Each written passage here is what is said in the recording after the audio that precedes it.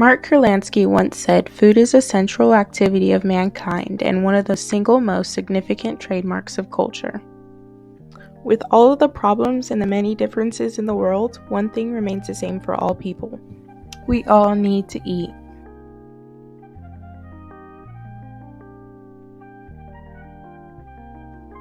Hi, I'm Rosie Coleman and I love food.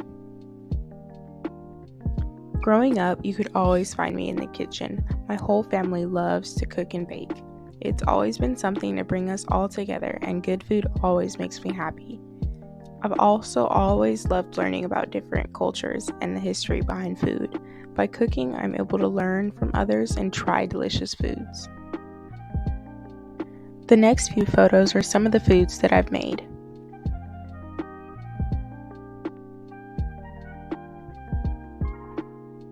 I've also made some other foods not shown in the pictures, including lobster mac and cheese, which is my favorite, pizza, lumpia, jambalaya, and more.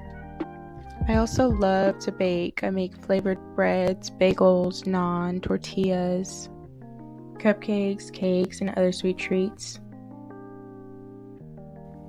I love cooking. Food does many things. It keeps us alive, but also teaches us and connects us all.